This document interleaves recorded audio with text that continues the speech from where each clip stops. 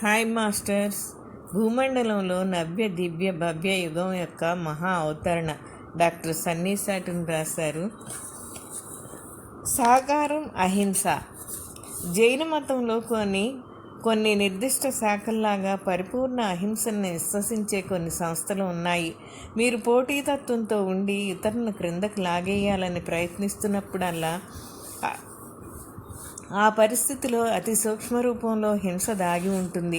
మీరు గెలుపొందడం అవసరమైన ఆట ఎప్పుడు ఉన్నా కానీ దాని భావం ఏమిటంటే మిమ్మల్ని మీరు మీ ప్రత్యర్థి కన్నా మెరుగైన వారుగా నిరూపించుకోవడానికి ప్రయత్నిస్తున్నారు కనుక పరిపూర్ణంగా అహింసాయుతమైన ఈ సంస్థలకు చెందిన వ్యక్తులు ఎన్నడూ ఇలాంటి ఆటల్లో పాల్గొనరు. చదరంగం మెదడుకు పదను పెట్టే ఒక చక్కని ఆట అయినా కానీ పరిపూర్ణ అహింసకు కట్టుబడిన ఒక వ్యక్తి చదరంగం ఆడడు. ఎందుకంటే పర్యవసానం ఏమిటంటే ఓడిపోయిన వ్యక్తి బాధపడతాడు. కనుక ఎవరినైనా బాధ పెడుతుందని మీకు ముందుగానే తెలిసినప్పుడు ఆ పని చేయడం ఎందుకు?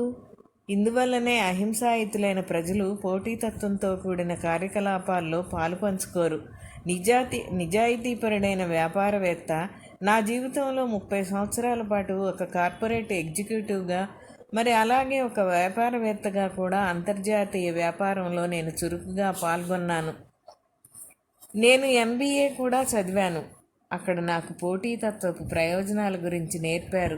మేధోపరంగా పోటీతత్వం మంచిదే అనే బోధనను నేను అంగీకరించి ఎప్పుడూ ఆ విధానాన్ని ఆచరణలో పెట్టడానికే ప్రయత్నించాను. వ్యాపారం మరి పోటీతత్వాలకు సంబంధించిన అత్యల్పమైన వ్యత్యాసాలను నేను అవగాహన చేసుకున్న కొద్దీ నేను మరింతగా నిరుత్సాహానికి గురయ్యాను. దేశం ఏదైనా కానీ వ్యాపారవేత్త ఎప్పుడూ ఎత్తుకు పై ఎత్తు వేసి పోటీలో నెగ్గాలని లేదా వినియోగదారుని ఎత్తుకు పై ఎత్తు వేసి చిత్తు చేయాలని ప్రయత్నిస్తూనే ఉన్నాడు. వివిధ రూపాల్లో అవినీతి అనేది ఒక వ్యాపార నియమంగా తయారైపోయింది.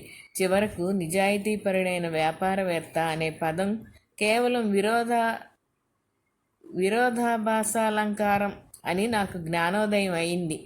మరి ఈనాడు ప్రపంచంలోని ప్రతి ఒక్క దేశానికి ఇది వర్తిస్తుంది. మీరు నిజాయితీపరుడిగానైనా ఉండగలుగుతారు, లేదా విజయవంతమైన వ్యాపారవేత్తగానైనా ఉండగలుగుతారు. ఒక విజయవంతమైన వ్యాపారవేత్తగా ఉండడం కన్నా నిజాయితీపరుడుగా ఉండటం చాలా ముఖ్యమని చివరికి నేను నిర్ణయించుకున్నాను. మరి నా జీవితంలో నేను తీసుకున్న అత్యుత్తమ నిర్ణయాల్లో అది కూడా ఒకటి. ఎంతో గొప్పదిగా స్తుతించబడిన పోటీతత్వపు అంతం. ఉన్నత స్థాయి సమాజాలన్నీ పూర్తిగా సహకారతత్వం ఆధారంగానే పనిచేస్తాయి. ఆధిపత్యం అనేది ఉండదు, మరి పోటీతత్వం కూడా ఉండదు. అందరూ అందరికీ ఆలంబనను ఇస్తారు. మనం 4వ తలంలోకి ప్రవేశించగానే మానవాళి కూడా ఆ విధంగానే పనిచేస్తుంది. పోలిక ఆధారంగా విద్యార్థులను వర్గీకరించడం అనేదే ఉండదు. ఎవ్వరూ కూడా తరగతిలో ప్రథమ స్థానంలో లేదా తరగతిలో చివరి స్థానంలో నిలవడం జరగదు. అన్ని స్థాయిల్లోనూ వివిధ తరగతుల్లో విద్యార్థులను కేవలం వాళ్ళ ఆసక్తి ఆధారంగానే చేర్చుకోవడం జరుగుతుంది. అనుసరించాల్సిన ప్రత్యేక పాఠ్య ప్రణాళిక ఏదీ ఉండదు.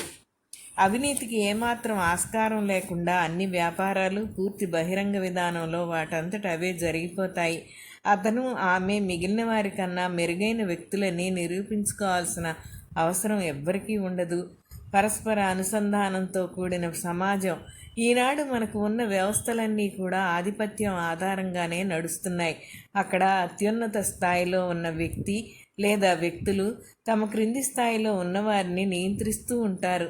మన పిరమిడ్ ఉదాహరణలాగా కేవలం అత్యున్నత స్థాయి దగ్గర ఉన్న వ్యక్తి మాత్రమే తన సంకల్ప స్వేచ్ఛను వినియోగించుకుంటున్నాడు.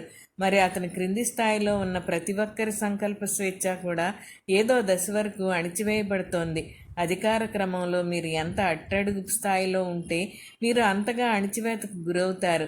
ప్రపంచంలో దాదాపు ప్రతి ఒక్కరూ అణిచివేతకు గురైన భావనలో ఉండి అందువలన దుఃఖంగా మరి విశ్రమించలేనంత ఒత్తిడికి లోనయ్యేలా ప్రస్తుతం ఉన్న ఈ వ్యవస్థ హామీ ఇస్తుంది. అందువల్లనే ప్రపంచంలో ఈరోజు ఇన్ని వ్యాధులు, రుగ్మతలు ఉన్నాయి. నూతన ప్రపంచంలోని సమాజం ఒక వలలాంటి అల్లికలాగా ఏర్పాటు చేయబడి ఉంటుంది. ఆ అల్లికలో ప్రతి ముడి మరొక ముడితో అనుసంధానించబడి ఉంటుంది. అయినా కానీ ఏ ముడి మరొక దానికన్నా ఎక్కువ కాదు లేదా తక్కువ కాదు. మనలో ప్రతి ఒక్కరం ఒక ముడిలానే ఉంటాం. మిగిలిన వారందరితో సరిసమానమైన వారుగా అయినా కానీ మిగిలిన వారందరితో అనుసంధానించబడి ఉన్నవారుగా మనం ఉంటాం. మన సంకల్ప స్వేచ్ఛ మార్గనిర్దేశం ప్రకారం అన్ని పనులు చేస్తూ మనం ఎప్పుడూ ఆనందంగా మరి ఆరోగ్యంగా ఉంటాం. పరస్పర అనుసంధానంతో కూడిన సమాజం ఆనందంగా మరి ఆరోగ్యంగా ఉండే సమాజం అవుతుంది. భవిష్యత్తు ఎంతో అద్భుతంగా కళ్ళెదట నిలుస్తోంది. ఓకే మాస్టర్స్, మళ్ళీ మరో ఆడియో ద్వారా మీ ముందుంటాను. Thank you.